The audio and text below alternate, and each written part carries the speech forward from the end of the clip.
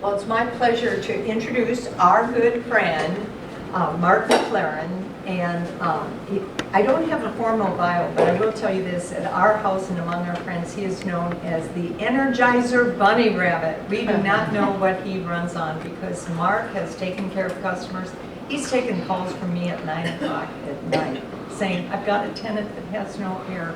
And he is to my tenant as quickly as he can get there. Just a remarkable man. My husband knew Mark many years before I did because Mark was part of a family business for 30 years and calling on hair salons, etc. And he had an epiphany. He had a midlife crisis and decided to go into refrigeration. I'm going to let Mark tell the rest of the story because it's really cool. Let's give it up for Mark McLaren, Refrigeration Unlimited. Tired to say all those wonderful things. Thank you, Lynn. Thank you, Joe, and thank you, Mr. Carter, for giving us this fabulous opportunity to have our meeting here. And I don't want to steal your thunder because I'm going to talk to them today about some things that can be avoided, can be done in the home to avoid disasters.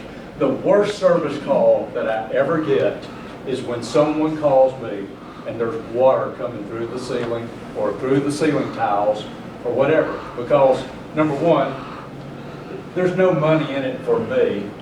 It's literally about going out there and cleaning up a mess.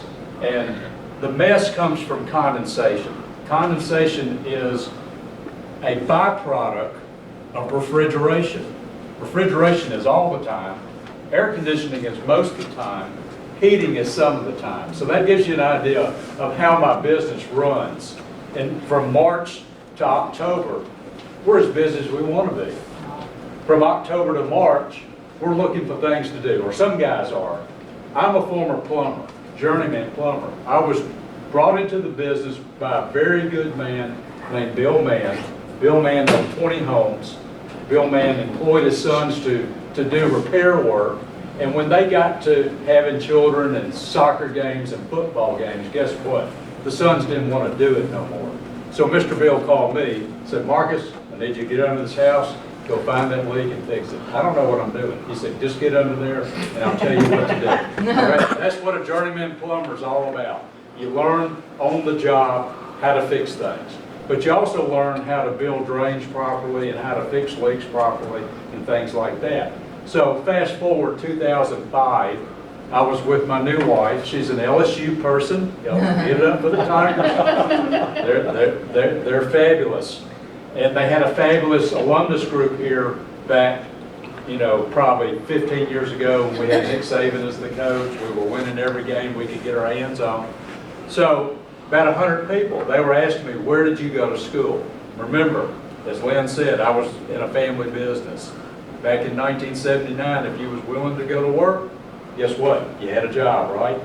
Never went to school at a higher level. So when me and Denise were at these LSU functions, they asked me where I went to school. I had to say nowhere. It bothered me. So I told my friend Davey Mann, who brought me in the real estate business with his dad and all the houses.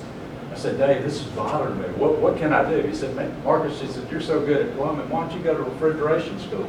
You can go to school at night. You can still work during the day and go to school at night. So that's what I did. I went to school for 2 years and learned about refrigeration. And refrigeration is a fascinating thing. It's all about physics. It's all about changing states of something that's liquid to vapor. Liquid to vapor. We never want solid in our business. Okay? Unless it's at the supermarket, then I do want to see solid surfaces. But never in a home, never in an air-conditioned situation. So, there's 4 things that I built my business model on. Is design and construction, permitted construction.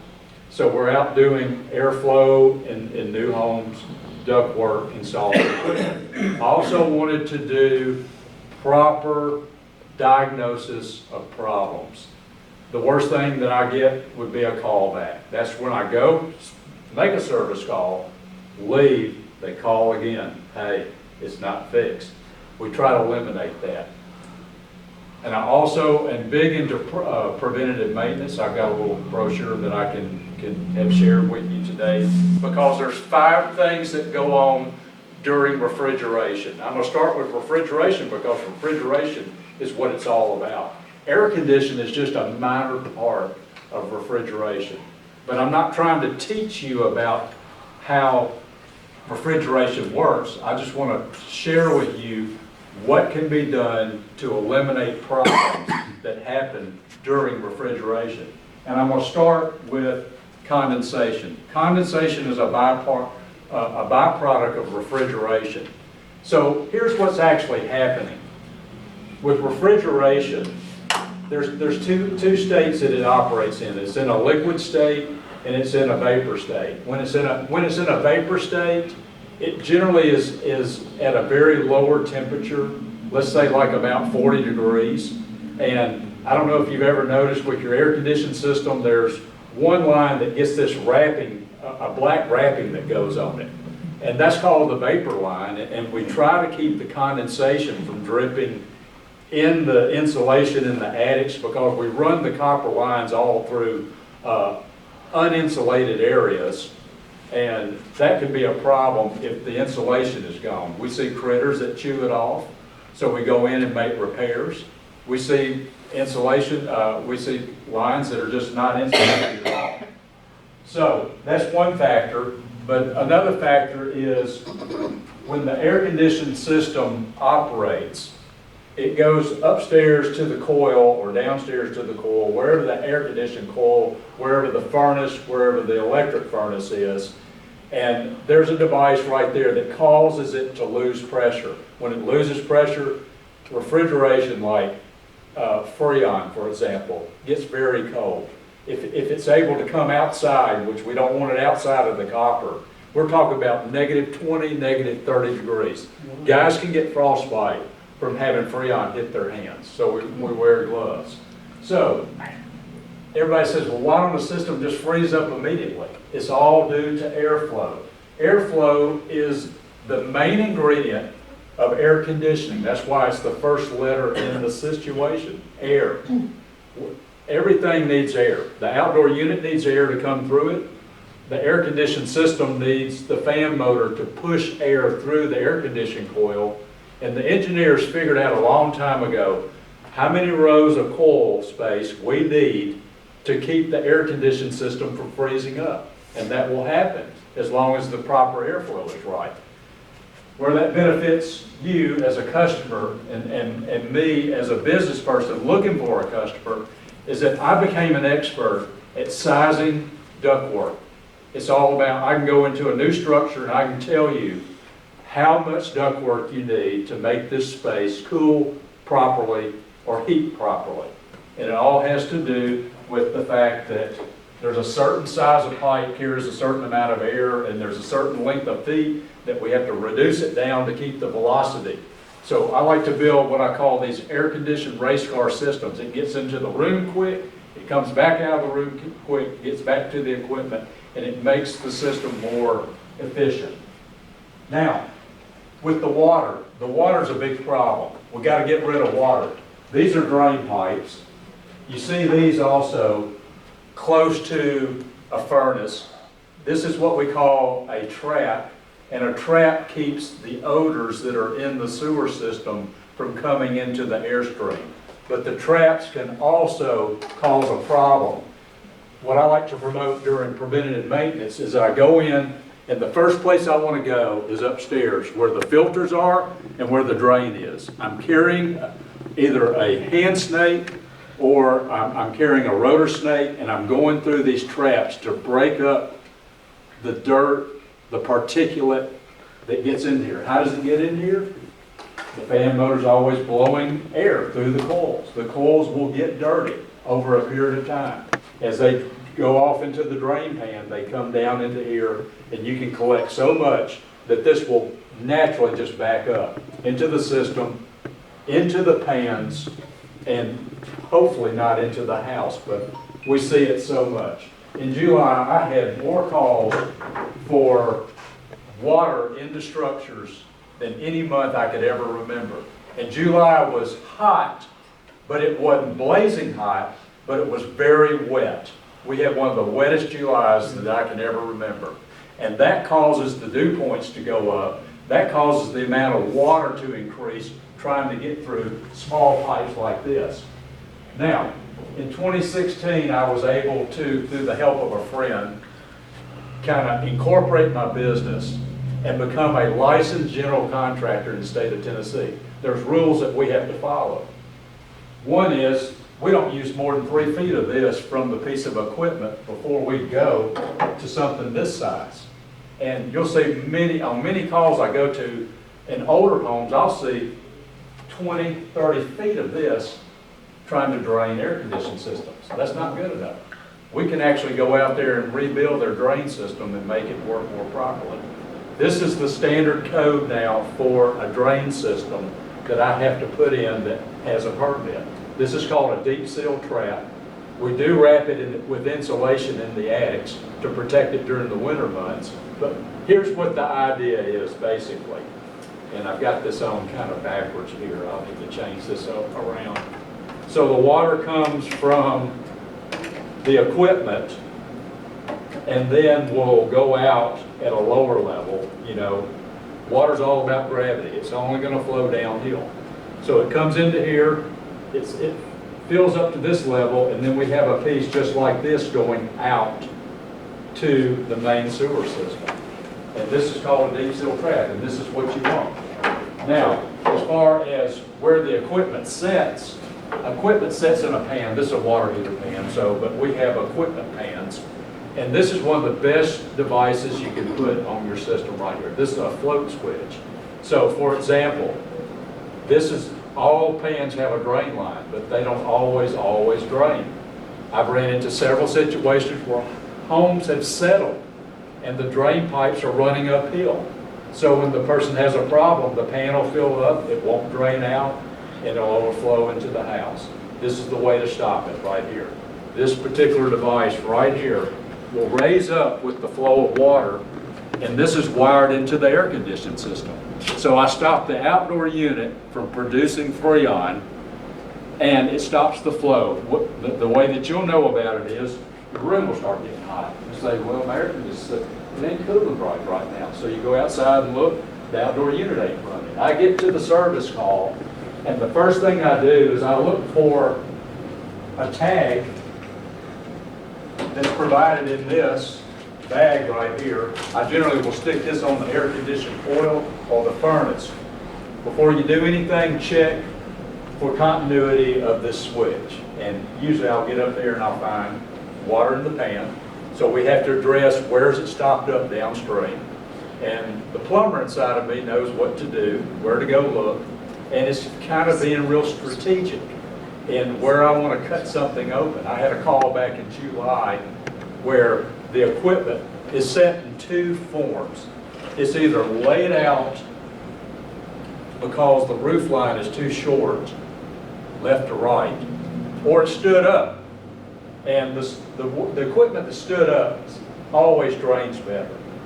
It's the equipment that's laid out in length, because those lines are so long and the pitch is so level, they have lots of problems. What I like to do in situations like that is, this is called a condensate pump.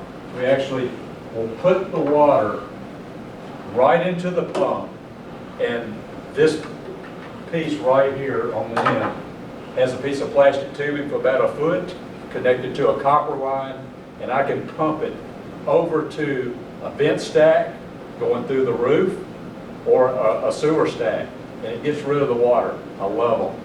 They're foolproof because it's got these 2 wires right here to get wired into the system. So if this thing ever fails, it stops the system. Very important to have protection in the air conditioning business, because the water calls are just, you know, the worst thing in the world for me. It makes me feel like I didn't build the system right, or I should have told the customer, let me come in and change this, and that's what I'm doing nowadays.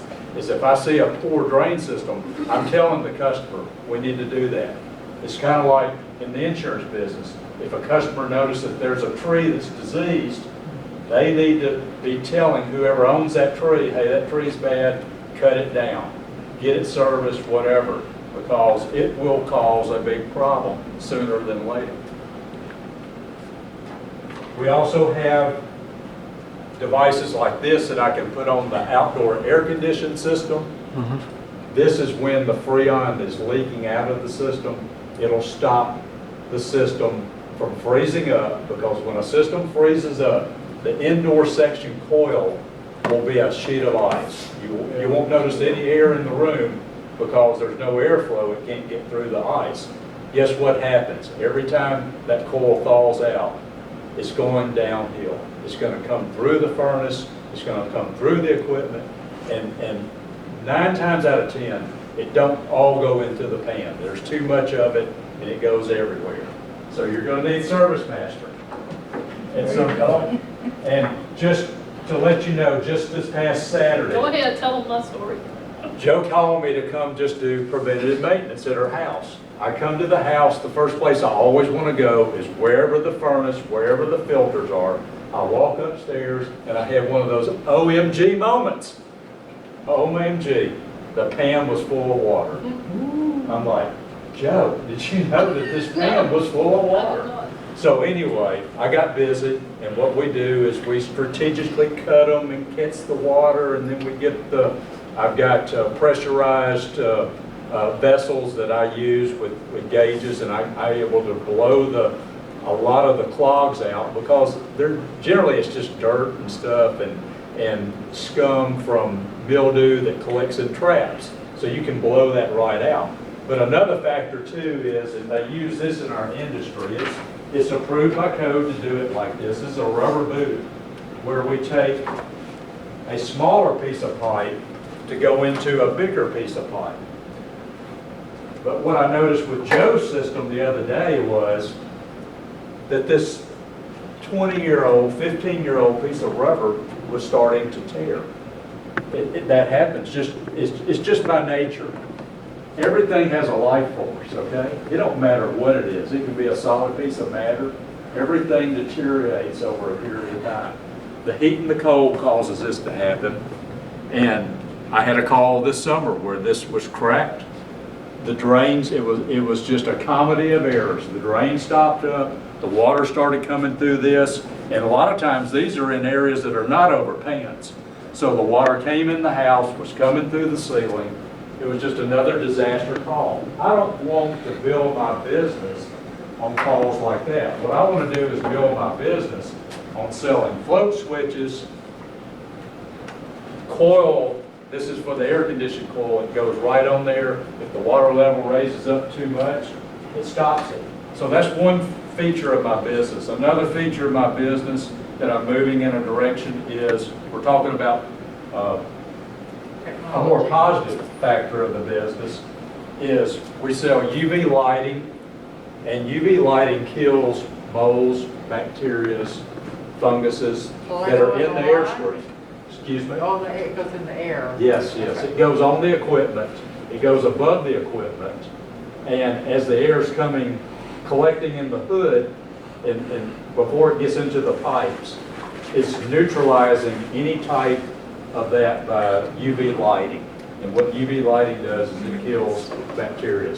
Joe has one of these on her system, and she's told me several things. Can I just add Yes. something? I had a mold inspector guy come out, Brandon Thompson, and I said, hey, can you just do a test on my house, and I just want to see, what my air quality's like. So he came out, did a test, and he said, the air quality in your house is excellent. He said it's very rare that we ever see air quality this good in a house, and especially this time of year. And what it was, we believe it was that UV light that Mark put in my system, so it really works. Thank you, Joe. So does Yes. that help with allergies? I'm sorry. Absolutely. Go ahead. Just a comment, I had a customer a landlord that was concerned that a tenant said that the air quality caused his son to get asthma, and he wasn't going to get a scholarship, an athletic scholarship. And they put something like this in, and St. Jude uses something like this, which I think is just the best testimonial you can get. Is it a light bulb that wears out? Yes, it is. Every 12 months, we replace the bulb. It costs about $109 to have the bulb replaced. How much is the unit? Unit is sold Your and call. installed. Well, you would sell it to us. This particular one is sold and installed for $395. It gets its own power source, so it's independent of the furnace, so it stays active all the time.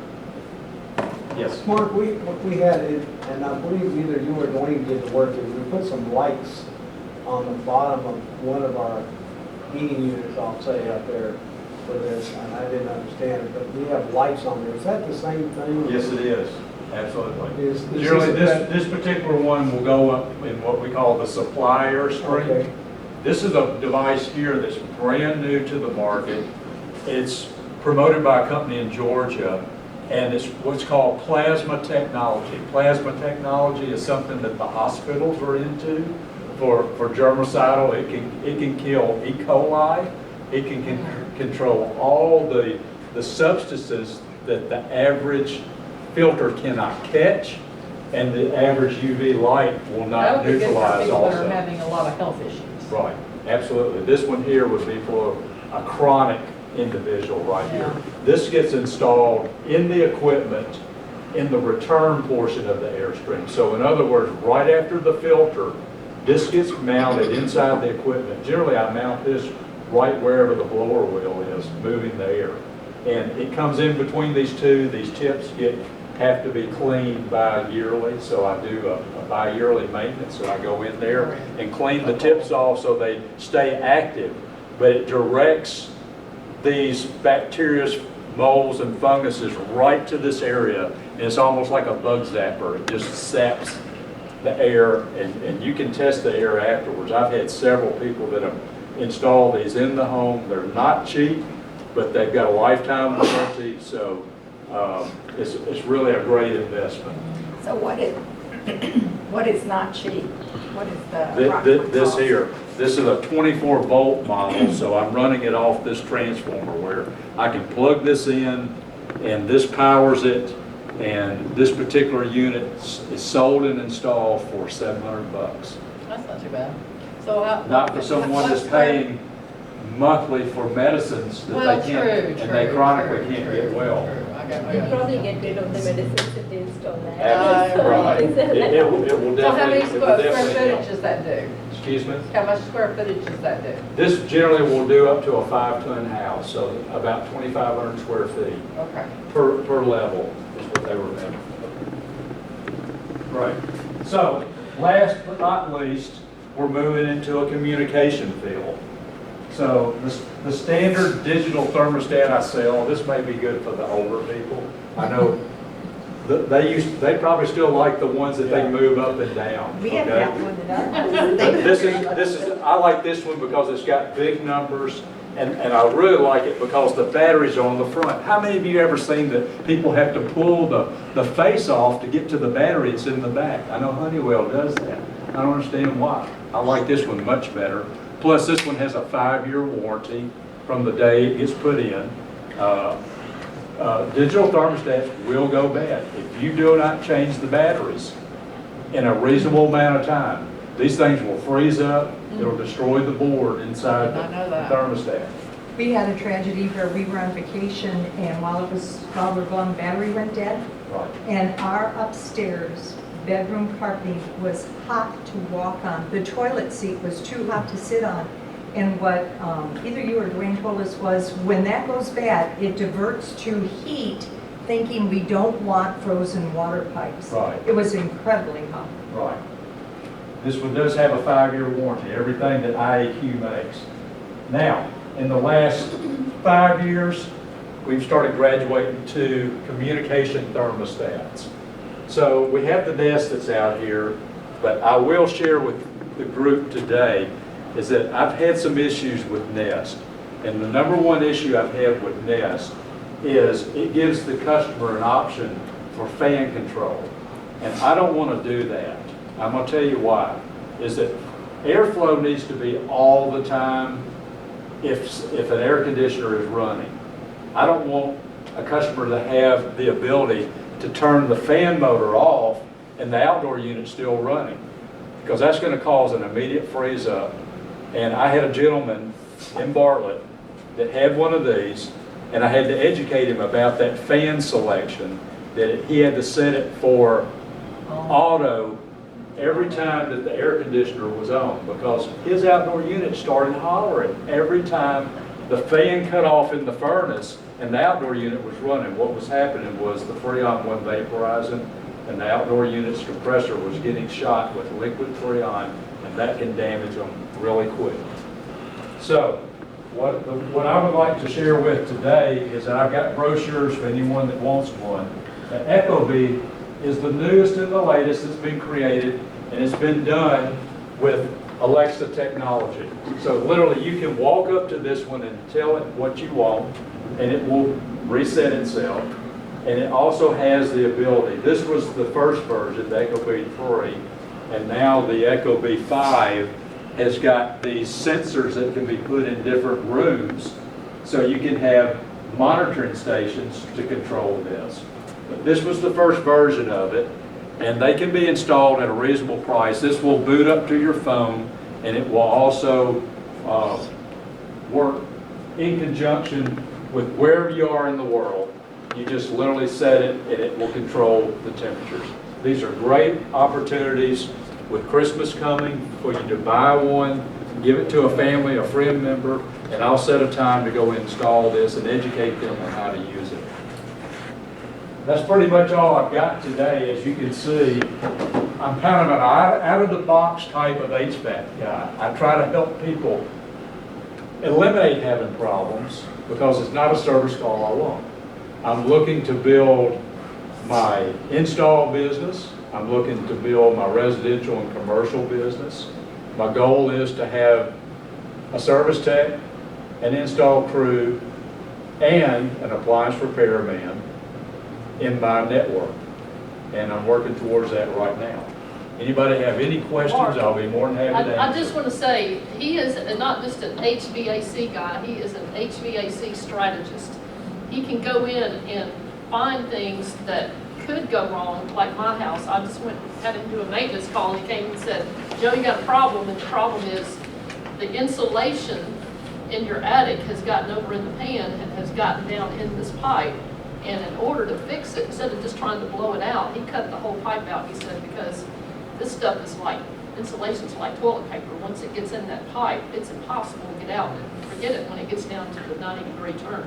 So you're a strategist, not just somebody who wants to go out and get a paycheck to maintenance something. You know what I got, when I first got into business, I didn't realize it. It's a reactive type of business. It's really, HVAC guys are harping on negativity. They're always going out and fixing something that's broke, and I'm trying to look past that. That's right. Everything don't have to be broke. I can make things where they won't break as fast, but I'm really trying to educate the consumer on there's opportunities of clearing the air, having air quality products, and having technology products also. And that's where I want my business to go, is providing that benefit to customers, along with what I call proper diagnosis. Seeing something, fixing it right, not getting the call back. Thank you very much. Mark, I was going to talk a little bit about, I know those service calls, and this is a pretty good example. We had a lady here that was having nothing but notice a high utility bill. Her bill goes up. And when you pulled the filters out, there was no way any of that air could get through there. And talk about your service call, what you do, the cost. My preventative maintenance, Yeah. my preventative maintenance call, I like to do twice a year, spring and fall. The fall call is not as detailed because furnaces just don't tend to break. There's not as many situations going on with heat as there is with air. But with air, there's always 5 factors that take an air conditioner down. So the first place I want to go is where the equipment is, the furnace, the air handler, the coil. And I like to snake the drains. I like to go check the filters. I ride filters around on my truck. I also, after that, I also check the electrical components, making sure things are no loose wires are going on, because air conditioners is one of the #1 consumption factors of an appliance that you've got in your house. house. Your big bill in the summertime is mainly from the air conditioning. And there's a reason for that, because they're all running at about 13 to 15 amps. With the new equipment, that's the 14 SEER and greater.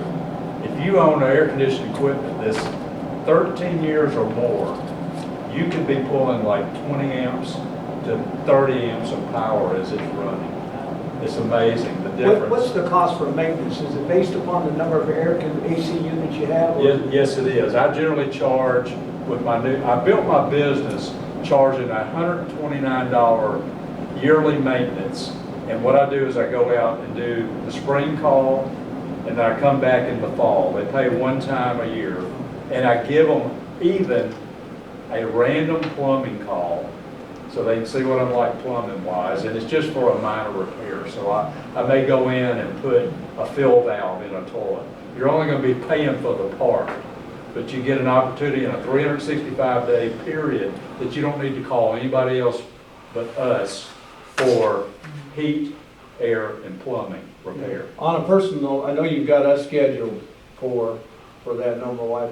I'll tell you what, folks, if you don't think it makes a difference with those filters, we had a gentleman that called us and he was having problems, and all of a sudden changed his filter and was amazed how much his air conditioner bill went down. That's by Absolutely. getting that and getting service calls. He called me back, said he didn't have to turn in the claim after all, but he got his. The bigger you go, the better off you are. 1-inch filters are okay. 1-inch fiberglass filters, you're just wasting $1, honestly. You need to go to a pleated filter. For people without pets, 90 days. People with pets, 60 days on the pleated filters. The 4-inch filters are good for 6 months. And I would also tell you, an opportunity that I offer is there is a company called Healthy Filter, and we build a sponge and charcoal base filter in a frame that's particularly yours for your equipment, and that's the best way to go. They catch everything in the airflow. Thank you very much. Joe, do you have a question? If you were to buy one, would you buy the Nest or the Echo? Oh, I go with the Echo now. I don't reckon, the Nest was what, the big thing 5 years ago. Okay. And Yeah. the Echo now, and this, the Echo V3, 5 model that has Alexa technology is what generally the millennials and the techie type people are gonna want in their home. And what does that cost? This particular unit installed is $459 installed. And last year, older Echo, how much does that cost? The older Echo is cheaper, it's like $359. It don't have the Alexa technology, but it does have the smart technology. And that's just that gets me in the service call to educate the customer on how it operates. And we still sell the Nest, it's the same price installed, $359. So from a technician's point of view, the Echo's better. That's just been known. I could sit in your street, I could take over your computer, I could take over everything. Not even on being a property. But the Echo is 10 times harder. The Nest, it could take less than 2 minutes for a beginner hacker to do it. Echo, you have to be a high-end, good hacker. Black hacker. Yeah. Amazon put some good money into their security system. Thank you very much. All right. That's what I like to hear, Can I ask one testimonials. more question? Yes. What do you recommend if you notice that your AC is not cooling, what's the best thing you can do immediately to avoid damage? Got an answer for you. It's called fan on, system off, Yeah. give me a phone call. If it potentially is starting to freeze up, then, for example, you don't want it to continue to freeze. Don't let the outdoor unit continue to try to pump. And if it's out of Freon, you don't want your outdoor system running, period. So that's the best situation right there, is that if it is slightly froze up, because I get to a lot of calls in summertime, you can't feel any air coming through the vent. I can hear the furnace running. I know the coil is just a solid sheet of ice. I have to go up there and do what I call a controlled thaw and try to catch water, because it literally will go everywhere. You know that. You've been to those calls. That's one of those questions. I knew the answer to the question, but that's something that I think most people don't know to do. Don't Right. know that they don't know it. Yeah.